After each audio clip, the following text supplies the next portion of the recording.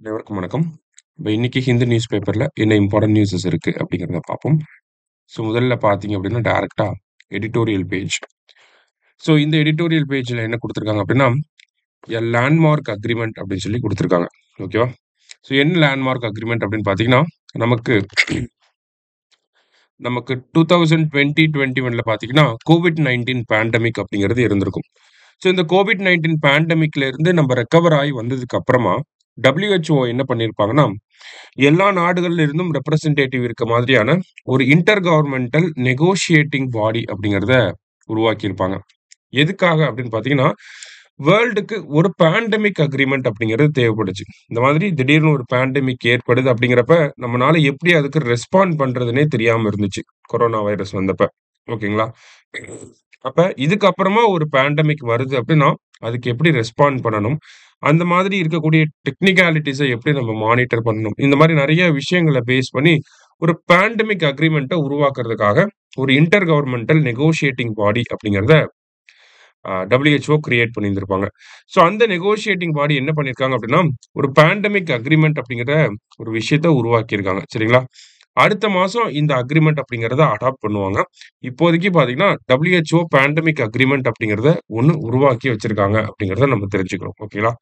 So இந்த WHO pandemic அக்ரிமெண்ட்டோட முக்கியமான சிறப்பம்சங்கள் என்னவா இருக்கு அப்படின்னு பார்த்தீங்கன்னா, ஃபர்ஸ்ட் திங் இவங்க என்ன சொல்ல வராங்க அப்படின்னா, ஹெல்த் கேர் வொர்க்கர்ஸ வந்து புரொடெக்ட் பண்ணணும் அப்படிங்கிறது தான் இவங்களோட ஃபர்ஸ்ட் கமிட்மெண்ட்டா இருக்கு. சரிங்களா? இந்த அக்ரிமெண்ட்டோட ஃபர்ஸ்ட் கமிட்மெண்ட்டே என்னவா இருக்கு அப்படின்னு பார்த்தீங்கன்னா, ஹெல்த் கேர் வொர்க்கர்ஸ வந்து புரொடெக்ட் பண்ணணும். அடுத்ததா இந்த அக்ரிமெண்ட்டோட மோஸ்ட் ஸ்ட்ரைக்கிங் பாயிண்ட் என்ன, ரொம்ப இம்பார்ட்டன்ட்டான ஒரு விஷயம் என்ன அப்படின்னு பார்த்தீங்கன்னா, இந்த access and benefit sharing system அப்படிங்கிறது. ஓகேங்களா? Access and benefit sharing system அப்படின்னா என்ன அப்படின்னு பார்த்தீங்கன்னா, இப்போ ஒரு நாட்டுல ஒரு வைரஸ் தொற்று ஏற்படுது. அது அந்த நாட்டுல இருக்கக்கூடிய எல்லா மக்களையுமே பாதிக்குது. அது ஒரு எண்டமிக்கா இருக்கு. திடீர்னு பார்த்தோம்னா, அது மத்த நாடுகளுக்கும் பரவி அது பேண்டமிக்கா மாற ஆரம்பிக்கும். சரிங்களா? இப்போ ஒரு நாட்டுல ஒரு வைரஸ் தொற்று ஏற்படுது. ஸோ அந்த நாடு வந்து என்ன பண்ணணும் அப்படின்னா, அந்த வைரஸோட சாம்பிள்ஸ வந்து WHO கிட்ட குடுக்கணும். வளர்ந்த நாடுகள் கிட்ட குடுக்கணும். சரிங்களா? வளர்ந்த நாடுகள் அந்த சாம்பிள்ஸ் வாங்கி, அந்த சாம்பிள்ஸ பேஸ் பண்ணி என்ன பண்ணுவாங்கன்னா, வேக்சின டெவலப் பண்ணுவாங்க. அந்த பார்மா கம்பெனிஸ்லாம் அந்த சாம்பிள் ஆக்சஸ் பண்ணி என்ன பண்ணுவாங்கன்னா, ஒரு வேக்சின அந்த டிசீஸ்க்கு எதிரா தயார் பண்ணுவாங்க. ஓகேவா? இப்போ என்ன ஒரு கான்ட்ரோவர்சி அப்டின்னா, நமக்கு பாதிக்கப்பட்ட நாடுகள் அந்த சாம்பிள்ஸ குடுக்குறாங்க. அந்த சாம்பிள்ஸ பேஸ் பண்ணி தான் இவங்க வேக்சின்ஸ கிரியேட் பண்றாங்க. ஆனா மறுபடியும் இந்த வேக்சின்ஸ அந்த நாடுக்கு குடுக்குறப்ப, அத வந்து ஹை பிரைஸ்ல வந்து குடுக்குறாங்க. ரொம்ப காசுக்கு வந்து குடுக்குறாங்க. இந்த ஒரு கான்ட்ரோவர்சி, இந்த ஒரு இன்இக்வாலிட்டி அப்படிங்கிறது இருந்துச்சு. ஸோ அந்த ஒரு விஷயத்த இந்த இடத்துல அட்ரஸ் பண்ணியிருக்காங்க. அதுதான் access and benefit sharing system அப்படிங்கிறது. ஓகேங்களா? ஸோ பாதிக்கப்பட்ட நாடு சாம்பிள்ஸ குடுக்குறப்ப, அந்த சாம்பிள்ஸ பேஸ் பண்ணி வேக்சின தயாரிக்கக்கூடிய நாடு, ஒண்ணு வேக்சின கம்மியான பிரைஸ்க்கு குடுக்கணும். இல்ல அந்த வேக்சின் எப்படி தயார் பண்ணாங்க அப்படிங்கிற அந்த டெக்னாலஜிய ஷேர் பண்ணணும். ஓகேங்களா? அந்த டெக்னிக்ஸ வந்து ஷேர் பண்ணணும் அப்படிங்கிறது தான் இந்த access and benefit sharing system அப்படிங்கிறது. அதே மாரி இந்த பேண்டமிக் அக்ரீமெண்ட்ல பார்த்தீங்கன்னா, பார்மா கம்பெனிஸும் என்ன பண்ணியிருக்காங்கன்னா, ஒரு கமிட்மெண்ட்ட வந்து குடுத்துருக்காங்க. அவங்க தயாரிக்கக்கூடிய வேக்சின்ஸ்ல 10% வந்து WHO டொனேட் பண்ணுவாங்க. இன்னொரு 10% கம்மியான காசுக்கு WHO டொனேட் பண்ணுவாங்க. இதன் மூலியமா WHO என்ன பண்ண முடியும்? அந்த வேக்சின்ஸ் எல்லாத்தையும் கனெக்ட் பண்ணி புவர் கன்ட்ரீஸ், இப்ப ஆப்பிரிக்கன் கன்ட்ரீஸ்லாம் பார்த்தீங்கன்னா, புவர் கன்ட்ரீஸா இருக்கும். அங்கலாம் வந்து டிசீஸ் ஸ்ப்ரெட் ஆகுறப்ப அந்த வேக்சின்ஸ அவங்கனால குடுக்க முடியும். சரியா? ஸோ இது வந்து ஒரு முக்கியமான அக்ரீமெண்ட்டா இருக்கு. இத அடுத்த மாசம் அடாப்ட் பண்றப்ப இன்னும் டீப்பா இத பத்தி அனலைஸ் பண்ணுவாங்க. அப்ப இன்னும் நம்ம நெறைய தெரிஞ்சுக்க முடியும். சரியா? இப்போதைக்கு இதுல இருக்கக்கூடிய முக்கியமான பாயிண்ட் அப்டின்னா, access and benefit sharing system அப்படிங்கிறது. சரியா? ஸோ இது WHO ஒரு அக்ரீமெண்ட்டா இருக்கு. இதே மாரி பார்த்தீங்கன்னா, WHO இன்னொரு வேர்ல்டு லெவல்ல எல்லா நாடுகளுமே ஏத்துக்கிட்ட இன்னொரு அக்ரீமெண்ட் என்ன அப்படின்னு பார்த்தீங்கன்னா, இன்டர்நேஷனல் ஹெல்த் ரெகுலேஷன் அப்படின்னு சொல்லுவாங்க. ஓகேவா? IHR international health regulations. இந்த இன்டர்நேஷனல் ஹெல்த் ரெகுலேஷன்ஸ் அப்படிங்கிறது 1969ல இனிஷியலா வந்திருக்கும். அதுக்கப்புறமா இந்த 1969ல வந்த அக்ரீமெண்ட்ட ரீப்ளேஸ் பண்ணிட்டு, இப்போ கரண்ட்டா ஆக்டிவா இருக்கக்கூடிய அக்ரீமெண்ட் என்னன்னா 2005ல வந்திருக்கும். International health regulations 2005. ஓகேங்களா?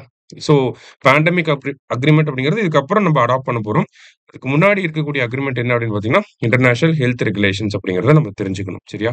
ரிலேட் பண்ணி. அடுத்ததா பார்த்தீங்க அப்படின்னா, new pathways for India's creative economy அப்படின்னு சொல்லி குடுத்திருக்காங்க. இதெல்லாம் மெயின்ஸ் பாயிண்ட் ஆஃப் வியூல நமக்கு தேவைப்படும். இந்தியாவோட கிரியேட்டிவ் எக்கானமினா கிரியேட்டிவ் எக்கானமினா என்ன? இந்தியால அத எப்படி டெவலப் பண்ண முடியும்? அப்படி கேட்கலாம். அதோட சிக்னிஃபிகன்ஸ கேட்கலாம். என்ன சேலஞ்சஸ் இருக்கு? மோஸ்ட்டா என்ன சேலஞ்சஸ் இருக்குன்னு தான் கேட்பாங்க. சரியா? ஏன்னா இந்தியாவ பொறுத்தவரைக்கும் கிரியேட்டிவ் எக்கானமி அப்படிங்கிறது ஒரு டெவலப்பிங் கான்செப்ட். சரியா?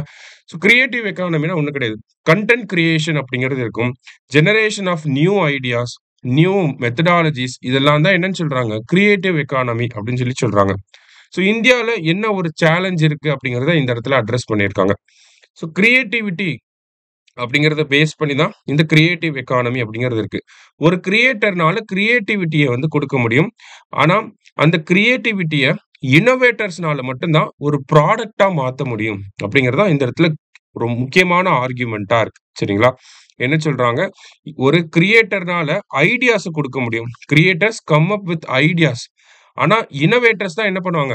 தே translate the ideas into products and services அப்படின்னு சொல்லி குடுத்துருக்காங்க. ஸோ அதுதான் இந்த இடத்துல முக்கியமானது. கிரியேட்டர்ஸ்னால ஐடியாஸ கொடுக்க முடியும். அத ப்ராடக்ட்டா மாத்தணும்னா அதுக்கு இன்னோவேட்டர்ஸ் தேவ. அப்ப இந்தியாவுல கிரியேட்டிவிட்டி நெறைய இருக்கு. இன்னோவேஷன் கம்மியா இருக்கு. அப்படிங்கிறது தான் இந்த இடத்துல சொல்ல வராங்க. சரியா? கிரியேட்டிவிட்டி இந்தியால அதிகமா இருக்கு. இன்னோவேஷன் அப்படிங்கிறது கம்மியா இருக்கு. அப்ப கிரியேட்டிவிட்டிக்கும், இன்னோவேஷனுக்கும் இருக்கக்கூடிய அந்த கேப்ப நம்ம பிரிட்ஜ் பண்ணணும். ஓகேங்களா? அப்ப அந்த கேப்ப நம்ம அட்ரஸ் பண்ணணும் அப்படின்னா, அதுக்கு என்ன தேவைப்படுது? நெறைய ஃபண்டிங் அப்படிங்கிறது தேவைப்படுது. இன்வெஸ்ட்மென்ட் அப்படிங்கிறது தேவைப்படுது. அப்படிங்கிறது தான் இந்த ஆர்டிகல்ல லார்ஜர் பாயிண்ட் ஆஃப் வியூ அதுதான். சரிங்களா? இப்போ கிரியேட்டிவிட்டி அப்படிங்கிறது இருக்கு. கிரியேட்டிவிட்டி இந்தியால பார்த்தீங்கன்னா, ஏகப்பட்டது இருக்கு. அ லோக்கல் லெவல்ல இருந்து பார்க்குறப்ப ரூரல் டூ அர்பன் வரைக்கும் போறப்போ, நெறைய கிராஸ் ரூட் இன்னோவேஷன் அப்படிங்கிறதெல்லாம் இருக்கு.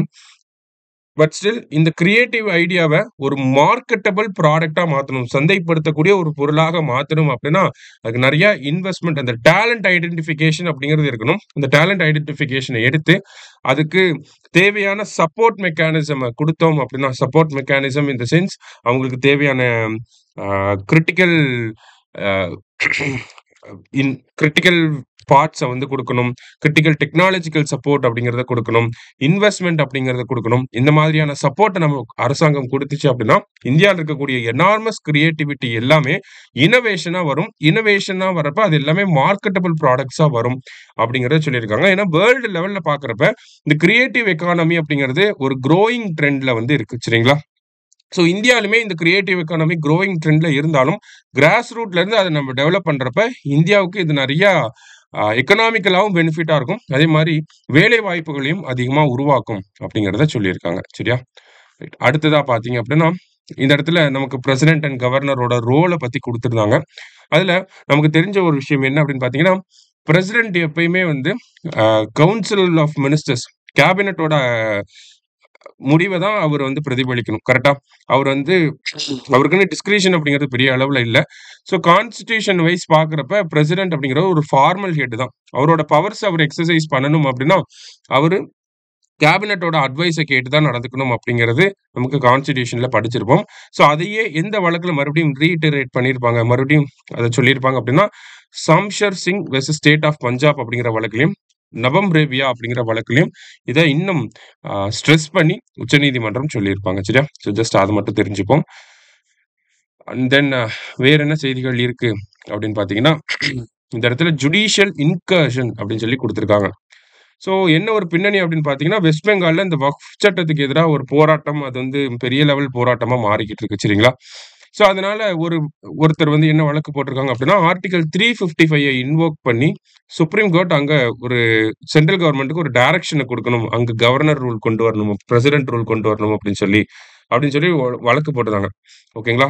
ஸோ அந்த ஒரு ஹியரிங் அப்ப என்ன சொல்லியிருக்காங்க அப்படின்னா, இன்கேஸ் நாங்க அ சென்ட்ரல் கவர்ன்மென்ட்க்கு மேண்டமஸ கமாண்ட் பண்றோம் அப்படின்னா, மேண்டமஸ் அப்படின்னா வி கமாண்ட் அப்படின்னு சொல்லி படிச்சிருப்போம். ஓகேங்களா?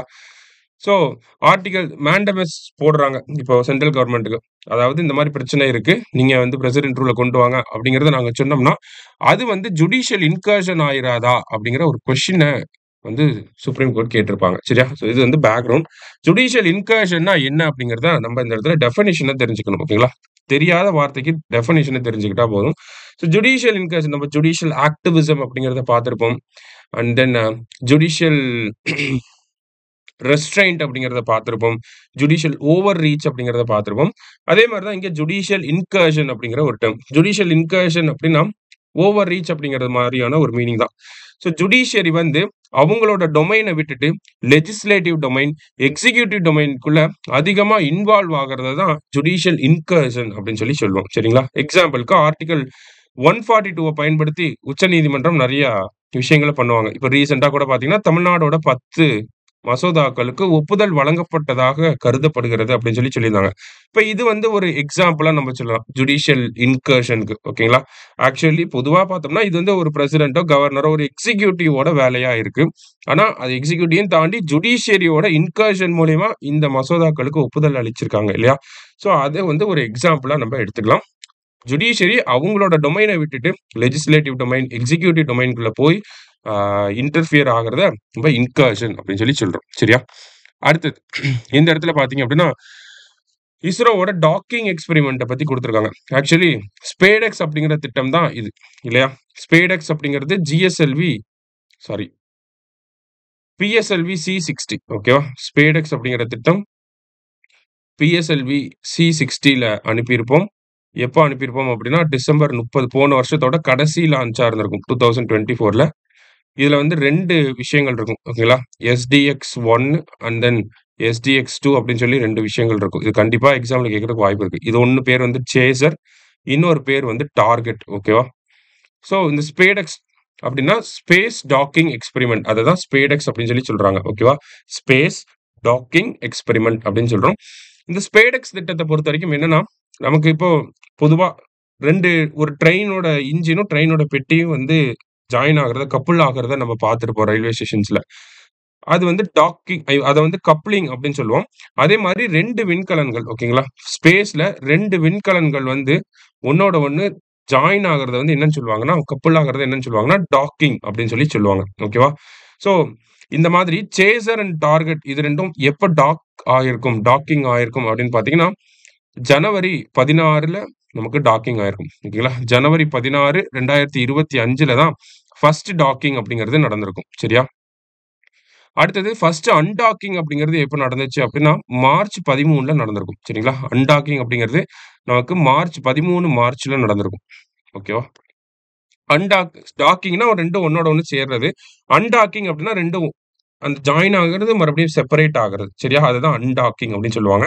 ஸோ, இப்ப மறுபடியும் இஸ்ரோ என்ன பண்ணியிருக்காங்கன்னா, செகண்ட் டைமா டாக்கிங் பண்ணி பார்த்திருக்காங்க. ஓகேவா? ஸோ இதுதான் அந்த நியூஸ்ல. இந்த டாக்கிங் அப்படிங்கிற இந்த எக்ஸ்பெரிமென்ட் அப்படிங்கிறது நமக்கு ரொம்ப ஹெல்ப்ஃபுல்லா இருக்கக்கூடிய ஒரு விஷயம். ஃபியூச்சர் டெக்னாலஜிக்கல் டெவலப்மென்ட்க்கு, ஃபியூச்சர் இஸ்ரோ மிஷன்ஸ்க்கு இந்த டாக்கிங் அப்படிங்கிறது ரொம்ப தேவைப்படுது. வேர்ல்டு லெவல்ல பார்த்தீங்கன்னா, யுஎஸ், ரஷ்யா அண்ட் சைனாவுக்கு அப்புறமா இந்தியா தான் இந்த டாக்கிங் அப்படிங்கிற ஒரு விஷயத்த சக்சஸ்ஃபுல்லா பண்ணி முடிச்ச ஒரு நாடு. ஓகேங்களா? யுஎஸ், ரஷ்யா அண்ட் தென் சைனாவுக்கு அப்புறமா. சரியா? இப்ப இந்த டாக்கிங் அப்படிங்கிறது பார்த்தீங்கன்னா, நமக்கு நெக்ஸ்ட் வரக்கூடிய சந்திராயன் 4 இதுக்கு தேவைப்படும். சந்திராயன் 4ஓட மிஷன் பார்த்தீங்கன்னா, மூனுக்கு போய் சாம்பிள்ஸ கலெக்ட் பண்ணி மறுபடியும் எர்த்துக்கே ரிட்டர்ன் ஆகுறது. இந்தியாவுக்கே வர்றது. அதுதான் சந்திராயன் 4ஓட ஆப்ஜெக்டிவ். அடுத்ததா பார்த்தீங்கன்னா, நம்ப அ இன்டர்நேஷனல் இந்தியாவுக்குன்னு ஒரு ஓன் ஸ்பேஸ் ஸ்டேஷன நம்ம கிரியேட் பண்ண போறோம். அதுக்கு பேரு பாரதிய அந்தாரிக்ஷ் ஸ்டேஷன் அப்படின்னு சொல்லி சொல்லுவாங்க. 2035ல இந்த இந்தியாவுக்கான ஓன் ஸ்பேஸ் ஸ்டேஷன பில்ட் பண்ணணும் அப்படிங்கிறது நம்மளோட டார்கெட்டு. ஸோ இந்த மாரியான மிஷன்ஸ்க்குலாம் பார்த்தீங்கன்னா, இந்த டாக்கிங் அப்படிங்கிற டெக்னாலஜி இருந்தா தான் நம்மளால அத பண்ண முடியும். ஏன் இந்த டாக்கிங் அப்படிங்கிற டெக்னாலஜி தேவைப்படுது அப்படின்னா, இப்போ இப்போ எக்ஸாம்பிள்க்கு இந்த ஸ்பேஸ் ஸ்டேஷனயே எடுத்துப்போம். ஸ்பேஸ் ஸ்டேஷன் அப்படிங்கிறது ரொம்ப பெருசா இருக்கும். ஓகேங்களா? நெறைய காம்போனன்ட்ஸ் வந்து அந்த ஸ்பேஸ் ஸ்டேஷன்ல வந்து இருக்கும். நம்மனால ஒரே லான்ச்ல அவ்ளோ பெருசா நம்மனால அனுப்ப முடியாது. ஓகேங்களா? அப்ப என்ன பண்ணலாம்? ஒவ்வொரு லான்ச்லயும் கொஞ்சம் கொஞ்சமா அனுப்பிட்டு, இந்த டாக்கிங் எக்ஸ்பெரிமென்ட் மூலியமா விண்வெளியில வச்சு ஒண்ணொண்ணையும் ஜாயின் பண்றப்ப, அது ஒரு ஸ்பேஸ் ஸ்டேஷனா நமக்கு உருவாயிரும். சரிங்களா? ஸோ அதுக்காக தான் இந்த டாக்கிங் எக்ஸ்பெரிமென்ட் அப்படிங்கிறது தேவைப்படுது. நம்ப விண்வெளி துறையில அடுத்த கட்டங்களுக்கு நகரணும் அப்படின்னா, கண்டிப்பா இந்த டாக்கிங் டெக்னாலஜிய மாஸ்டர் பண்ணி இருக்கணும். சரியா? ஸோ அத நம்ப கொஞ்சம் கொஞ்சமா பண்ணிக்கிட்டு இருக்கோம். ஸோ அந்த செய்திய தான் இங்க குடுத்திருக்காங்க. ஓகேவா? ஸோ அடுத்ததா பார்த்தீங்கன்னா, நமக்கு போப் பிரான்சிஸ் வந்து இறந்துட்டார். நம்ம மொழியில சொல்லணும் அப்படின்னா, போப் ஆண்டவர் இறந்துட்டார். சரிங்களா? ஸோ அவர பத்தின செய்திகள வந்து குடுத்திருக்காங்க. ஸோ போப் பிரான்சிஸ் எப்ப பிறந்திருப்பார் அப்படின்னா, டிசம்பர் 17, 1936ல அவரோட பிறக்கிறப்ப அவரோட பேர் என்ன அப்படின்னு பார்த்தீங்கன்னா, ஜார்ஜ் மரியோ பெர்கோக்லியோ அப்படிங்கிறது அவரோட பேரு. எங்கன்னா அர்ஜென்டினாவோட கேபிட்டல் பியூனஸ் ஏரிஸ்ல வந்து பொறந்திருப்பார். சரிங்களா? அர்ஜென்டினா நாட்ட சேர்ந்தவர். இவரு எப்ப போப்பாண்டவரா மாறுறாரு அப்படின்னு பார்த்தீங்கன்னா, 2013 மார்ச் 13ல சரிங்களா? 266வது போப்பாண்டவராக மாறுறார். அப்போ போப்பா மாறுறப்ப தான் அவர் போப் பிரான்சிஸ் அப்படிங்கிற பேர வந்து அடாப்ட் பண்ணிக்கிறார். சரிங்களா? மத்தபடி பார்த்தீங்கன்னா, இவர் வந்து ஒரு நெறைய ஃபேமஸான போப் ஆண்டவரா இருந்திருப்பார். லைக் வந்து climate change, environmental protection and then homosexuals அப்படிங்கிறத காலகாலமா வந்து அப்போஸ் பண்ணிக்கிட்டு இருந்த ஒரு காலகட்டத்துக்கு அப்புறம், இப்ப ஹோமோசெக்சுவல்ஸ அடாப்ட் பண்ணணும். அவங்களுக்கு வந்து நம்ப ஒரு அக்செப்டிங்கா இருக்கணும் நம்ப அப்படிங்கிறத சொல்லியிருப்பாரு. அதே மாரி பார்த்தீங்கன்னா, ஆ நெறைய நாடுகளுக்கு டிராவல் பண்ணியிருப்பார். சைனா போயிருப்பார், ரஷ்யா போயிருப்பார், ஈராக்கோட ஷியா முஸ்லிம்ஸோட தலைவர வந்து மீட் பண்ணியிருப்பார். இந்த மாரி நெறைய விஷயங்கள வந்து பண்ணியிருப்பார். அது மட்டும் இல்லாம இவரோட மெமோயர் ஓகேங்களா? மெமோயர் அப்படின்னா நினைவு குறிப்புகள் அப்படின்னு சொல்லுவாங்க.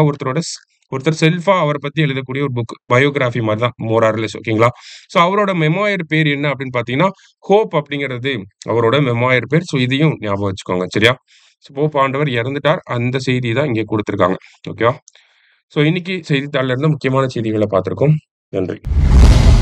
சுரேஷ் ஐஏஎஸ் அகாடமி வெற்றியின் முகவரி.